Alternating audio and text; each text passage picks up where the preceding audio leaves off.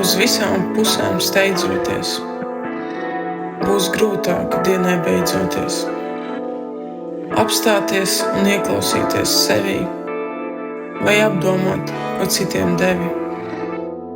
Pazust starp sajūtām dažādām, kur jāsākas būt vājprātam.